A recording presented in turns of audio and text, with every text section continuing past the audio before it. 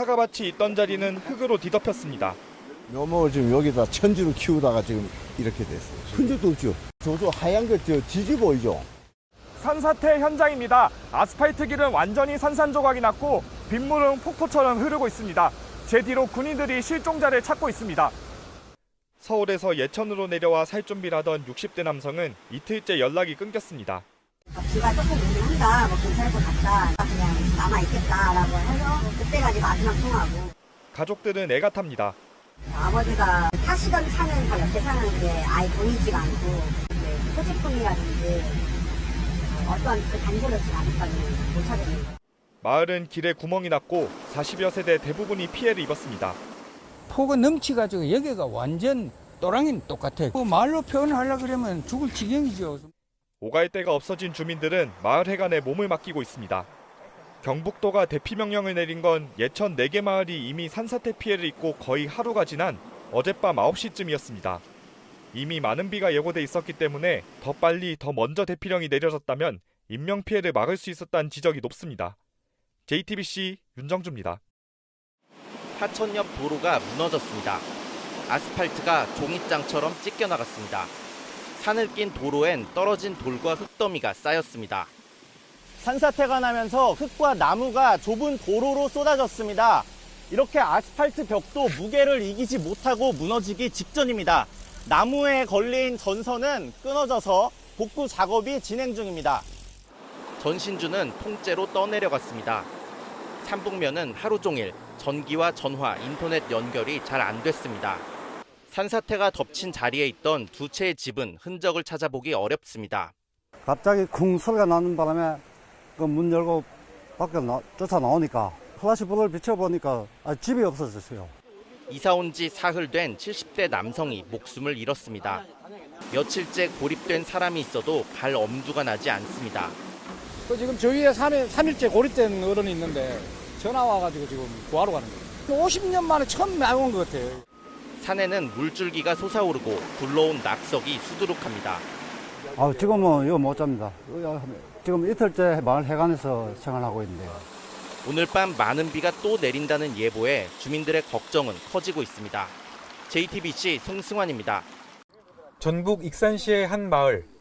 한 농민이 애지중지 길러온 토마토가 물에 완전히 잠긴 걸 보고 깊은 한숨을 쉽니다. 이렇게 비가 많이 이렇게 잠길 줄을 몰랐으니까 작업장 안에 있는 게 엄청 많거든요. 그게 더 문제예요, 지금. 이제 박스 같은 거, 양수기 같은 거 그런 것이. 주민들은 제방 일부가 무너진 하천 때문에도 가슴을 쓸어내려야 했습니다. 금강 하류에 있는 하천입니다. 금강 수위가 높아지면서 덩달아 제방 일부가 유실됐고요. 혹시나 모를 붕괴 위험 때문에 근처 주민 600여 명이 가까운 학교로 대피했습니다. 간밤에 대피한 한 주민은 40년 넘게 살면서 이런 적은 처음이라며 눈시울을 붉혔습니다. 보따리를 싸야 되나 못 해야 되나 그랬는데 그냥 중요한 거만 몇 가지 갖고 우선 나왔지. 그래서 지금 눈물 나오려고 그러고 노 생각만 오면 눈물 나오려고. 아찔한 산사태를 겪은 이들도 있었습니다.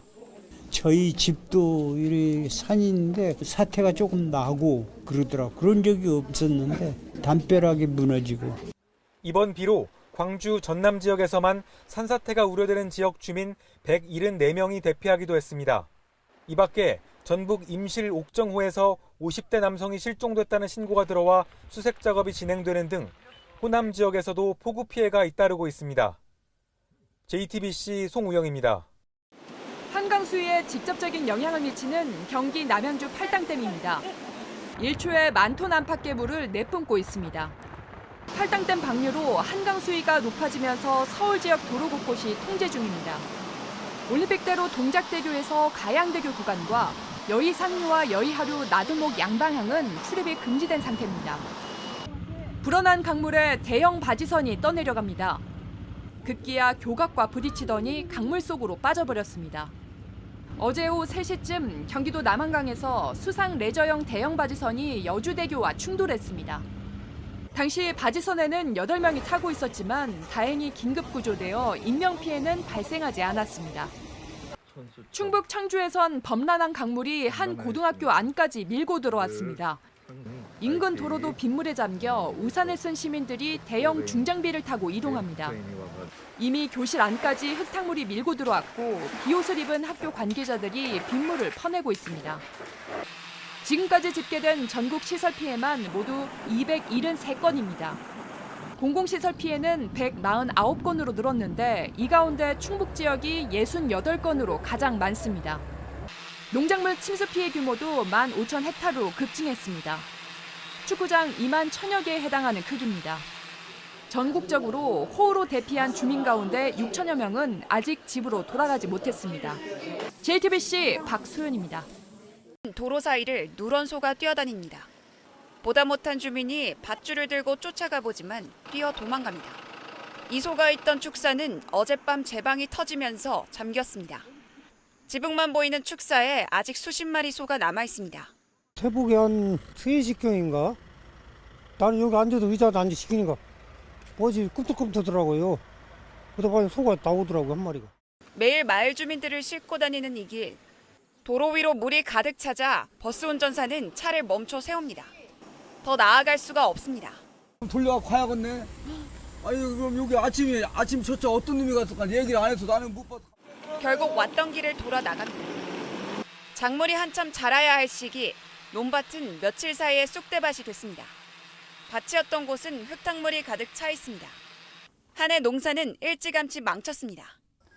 네, 여기 보시면 비닐하우스 여러 동이 물에 푹 담겨 있는 모습을 확인할 수 있는데요. 이 빗물이 쏟아지면서 이곳에서 키우던 수박도 제가 나와 있는 이 도로 밖으로 밀려 나왔습니다.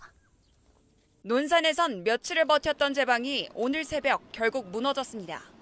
모래주머니에 흙을 넣고 긴급 복구 작업에 나서지만 역부족입니다. 언제 또 비가 쏟아질지 모릅니다. 다시 돌아갔을 때 집이 무사할지는 아무도 알 수 없습니다. 물이 채면 가구들 같은 거 저는 수급자거든요. 네, 그런 게 이제 냉장고 같은 거 만약에 물 많이 들어가면 그것도 지금 남의 집 새 살거든요. 몸만 빠져나온 주민은 불안하고 또 불안합니다. 새끼 난 지 2, 3일 되는 새끼가 3마리 있는데 그것들 어떻게 해서라도 모르고 나 혼자만 살겠다고 이렇게 정신없이 나와. 지금 주민들이 바라는 건 사흘째 이어지는 비가 그치는 것 하나입니다. JTBC 박현주입니다.